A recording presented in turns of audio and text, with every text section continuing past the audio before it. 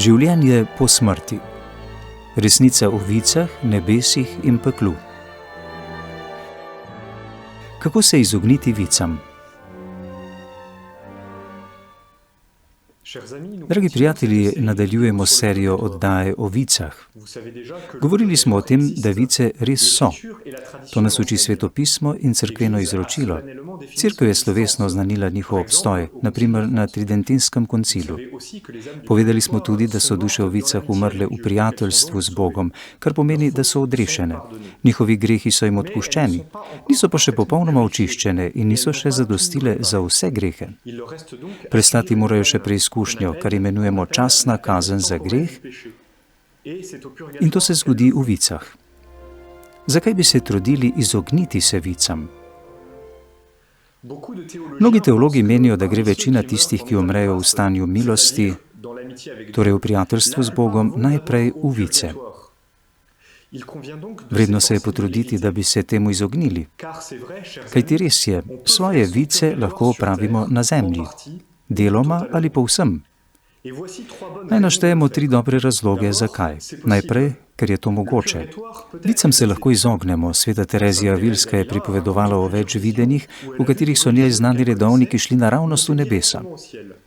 Na primer, oče Peter Dalacantra, ki je bil zatem razglašen za svetnika. Mnogi življenjepisi svetnikov nam govorijo o podobnih dogodkih.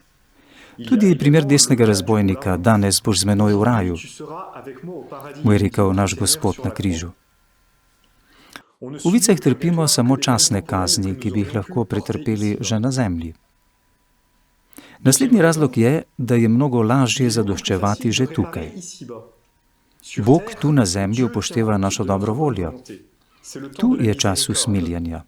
V vicah se očiščujemo za visoko ceno. Tam je čas pravičnosti. In trpljenje je mnogo večje, kot si lahko predstavljamo.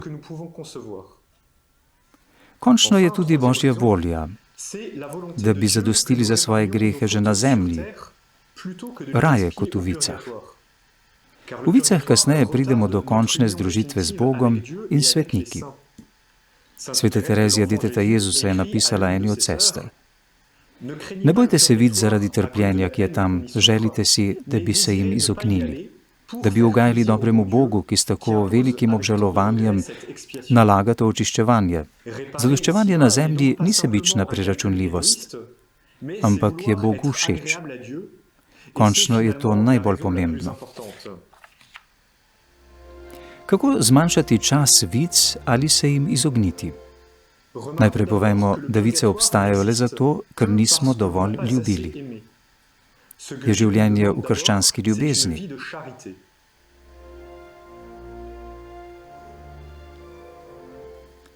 Ljubimo Boga in bližnjega. Ljubezen pokrije množico grehov, je dejal sveti Peter. S krščanskim načinom življenja, ki vključuje molitev, obiskovanje maše, bratsko ljubezen, miloščino ter vsa naša prizadevanja, se obenem pripravljamo na smrt in se tudi izognemo vicam. To pa pomeni tudi skrbno izogibanje grehom, smrtnim in tudi manjšim.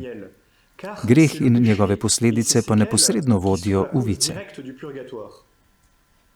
Čim več grešimo, tem bolj bomo za svoje grehe morali zadoščevati. Za vsako prazno besedo, ki jo ljudje izgovorijo, bodo dajali odgovor na sodni dan. Izročanje Božjemu usmiljenju. Poleg tega moramo nenehno klicati in se izročati Božjemu usmiljenju. Razdalja med tem, kar zmoremo in kar bi morali storiti za zadoščevanje, je tako velika, da tega ne zmoremo sami. Zaupamo lahko le v Božje usmiljenje. Bistvenega pomena je, da smo v to prepričani.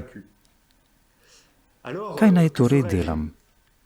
Molim k Gospodu. Pogosto ga moram prositi, naj mi odvzame zasluženo kazen. Vsemogočnemu Očetu bom prinašal daritev njegovega Sina in kri, ki jo je zame prelil. Poleg tega se bom pogosto spovedoval. V spovednici preko duhovnika pokleknem pred Kristusa, ki ga ljubim, pa sem ga užalil. Zato ga prosim odpuščanja. Če se spovem z globokim obžalovanjem in s trdnim sklepom, da bom storil vse, kar je v moji moči, da ne bi več grešil, če zbrano opravim pokoro, ki mi jo je duhovnik naložil, saj mi jo je po njem naložil Kristus, je to zelo učinkovit način za zmanjšanje kazni v vicah. Obstajajo še posebni pripomočki, ki jih podeljuje Cerkev, zlasti še odpustki in karmeličanski škapulir, o čemer bomo še govorili. Zadoščevanje za grehe. Nazadnje je potrebno zadostiti.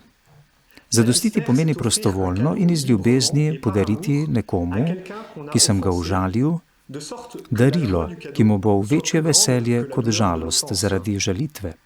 Veselje je toliko večje, kolikor bolj prostovoljen je dar. Če na primer sin sam od sebe mami podari šopek rož, jo veliko bolj razveseli, kot če bi ga sama prosila zanj.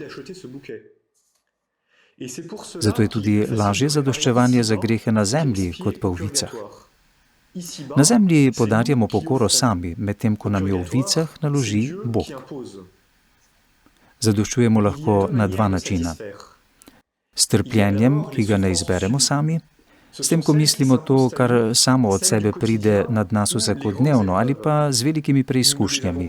Tega si nismo izbrali sami, a je Bog to dopustil. Če trpljenje sprejmemo z ljubeznijo kot njegovi otroci, teda ima veliko vrednost zadoščevanja. Toda to ni lahko, potrebno si je pomagati z molitvijo in pogosto gledati Kristusa na križu. Obstaja pa tudi trpljenje, ki si ga določimo sami. Sem spadajo spokorna dejanja in umiranje sebi. Takšno trpljenje je sicer manj učinkovito kot trpljenje, ki nam je naloženo, ker si ga izberemo sami. Ni nujno tiste vrste, ki bi nam bilo najbolj potrebno, a je vseeno zelo koristno. Bog nas vztrajno prosi, pokorite se. Dobro je, če na primer pokažemo pripravljenost in željo po zadoščevanju, če tudi vemo, da to ne zadostuje. Saj nas pripravlja tudi na neizbrano trpljenje in nas usmerja k temu, da izberemo Boga. Dragi prijatelji, Božji načrt je pot, ki vodi naravnost v nebesa, brez vic. Zato bo nebeškemu očetu všeč, če bomo kot pravi sinovi in hčere že sedaj zadoščevali, polni ljubezni in zaupanja z molitvijo, s povedovanjem grehov in s pokoro. Sveti Avguštin je vse to povzel z nekaj besedami. Neprenehoma moramo delati za zadoščevanje svojih grehov, z neprestano molitvijo, s pogostim postom in z veliko miloščino, predvsem pa, da z veliko lahkotnostjo odpuščamo velike žalitve. Če nam kaj nasprotuje, se zahvaljujmo. Na ta način tako zadoščujemo za naše grehe v tem življenju, da ne bo v naslednjem, drugem, očiščevalni ogenj našel več ničesar ali skoraj nič. Naslednji video: vrste priprošenj za duše v vicah.